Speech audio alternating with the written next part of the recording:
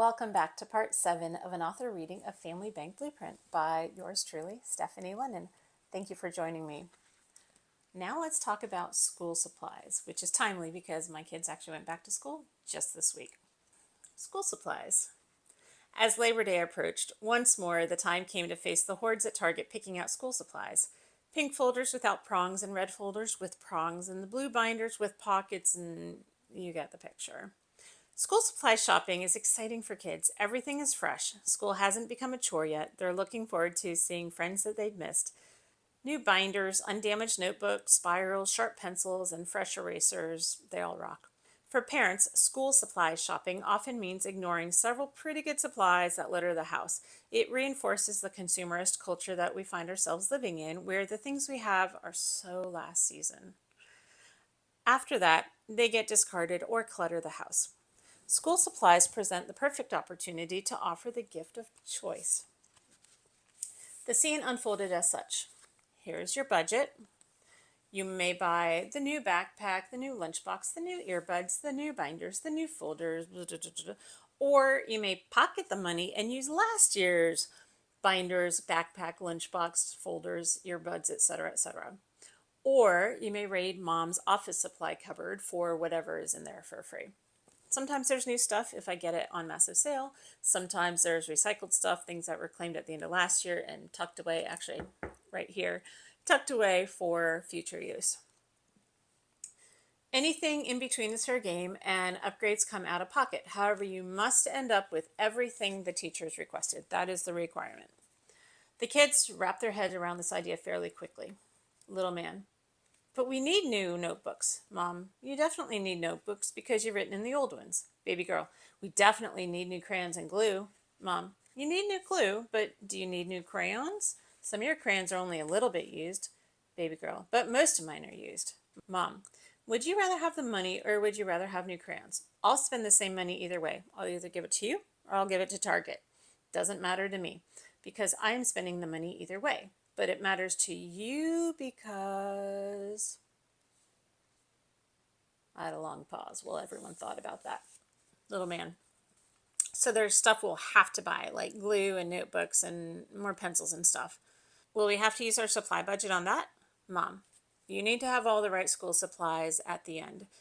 If we find school supplies in my cupboard that we already have, then they're either new or gently used, and you decide to use them, then that's for free. You can take those and you don't need to buy more.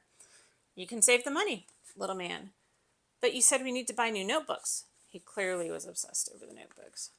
Mom: you definitely need new notebooks. You don't get to keep every single dollar unless I have notebooks in the cupboard. You can shop for free from my little store, or you can shop with real money at someone else's store. Little man: but we need new markers, new rulers. Mom: has your ruler really worn out? Little man: it broke. Mom: well, then you need a new ruler unless you have an extra one. How did your ruler break? Did you, measure too many things? General laughter. After the exchange above, we went into a general discussion about video games and who wanted to buy what and how much the game discs cost. We talked about the difference between buying new versus used games and how they seem to work the same regardless of how much we paid and the condition of the packaging.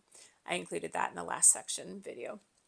A parallel was drawn back to school supplies. The kids set off to examine their markers, crayons, and other possible reusable items. In addition to the school shopping in the moment, we gave them the option to change their minds. If they decided to reuse something early on and then later decided they wanted a new item, they could always buy that thing later. We removed the artificial now or never urgency of school supply shopping since they each had the minimum requirements for showing up on the first day of school. We could have forced them to reuse supplies that had life in them. We made the conscious decision not to go that route because we wanted them to find the upside of the budget discussion. To affect positive change in the long game, this had to be a clear win for our test subjects and not a takeaway. Here's how it unfolded in year 1. Our rising 4th grader, baby girl, she reused her backpack from last year and offered an older backpack to her younger sister. She reused her lunchbox and earbuds from last year. She rummaged in the supplies cupboard for other supplies on hand. She price shopped at the store to decide on whether or not to pay the differential between the store brand binder and the name brand binder with the better color. She discovered to her delight that the name brand binder actually cost about 17 cents less than the store brand, and she loved using the price checker kiosk. She pocketed the full allotment, which went straight to her ledger. This helped her afford to buy a half interest in the Nintendo Switch that we talked about last time. My third grader, Little Man. Little Man bought a new backpack that he spotted at Costco priced above the allotted budget. He paid out a pocket for the differential, and he loves his backpack with no regrets. He chose to reuse this new backpack for the following school year as well. As a side note, he just headed into ninth grade. He still has that backpack. So he paid for quality, and that's fantastic. He bought upgraded headphones that had cool colors from Amazon. He paid out a pocket for the differential. He was very excited to receive and open the Amazon box, which was addressed to him. He reused his lunchbox from the previous year. He found his other supplies in the home cupboard, including the notebook and ruler that he was worried about. Lastly, he didn't pocket any surplus money, and he actually outlaid an extra $1.84. He was very happy, though, because he had exactly what he wanted. Wee Wen, going into first grade, she reused her sister's backpack from the previous year. She reused her Snoopy lunchbox from the last year as well, which was a gift from a dear neighbor. Originally, she wanted to buy a new lunchbox, but when she didn't buy it right away, with the idea that she could always change her mind later, she either forgot about it or decided it wasn't worth the money. She did buy new earbuds, since hers from last year were lost or damaged, and she stayed on budget. She rummaged through her cupboard for pre-existing supplies, including sharpening what felt like a million pencils to meet the required number asked for by each teacher. And she also pocketed a full budget, which went straight to her ledger. The unspent funds helped her get over the threshold to be able to afford the gizmo that she chose to purchase later in the year, which we also spoke about in the last episode. All in all, the school supplies experiment was a wild success, and we've repeated this exercise every year since. The children were given reasonable budgets to fulfill their annual list of office products. Empowered to make their own decisions, each took the path that felt right for them. As the chief school shopping facilitator, I didn't have to say yes or no, but simply asked how much each item cost and if it was worth spending the sometimes extra money or not. I made a point to be very neutral and non-judgmental in asking the question. Each of the three needed to make his or her own decision to fully internalize the lesson. This is now our 6th year having gone through this exercise with school supplies. The kids know that they can reuse materials, which they think about at the end of the previous school year and decide what is just trash or not reusable. You certainly can't reuse a notebook that's been either written all over or the spiral's crushed. But a lot of other supplies like pencils, pens, highlighters, those types of things are extremely reusable. When the children have motivation to reuse some of these things, it allows them again to make that conscious decision. What's it worth to me? Is it worth having the brand new box of crayons or not? Well, if you get them at the right time, a box of crayons might be 25 cents. It might be worth it. Who cares, right? But other things are more expensive. And so being able to make that decision of thinking about is how would I spend my own money? That's a really important skill. When they're in the workplace, whether they actually own their own business and it is their own money, or if they're working for somebody else and deciding how to spend the budget for the corporation that they're with, having that mindset of would I spend this if it was my own money and treating budgets that way, it's a very important skill set to have and to nurture. Your manager, if you're not the owner of the business, will tremendously value the fact that you are spending money prudently, using resources wisely. How can you reuse? How can you recycle? Where do you outlay because you want the upgrade? And where do you just like, I don't need that, or I'll borrow it when the time comes. There are a lot of school supplies that kid 1 needed the protractor for a day, a week, and then kid 2 can certainly use it and kid 3 can as well, assuming it doesn't get broken.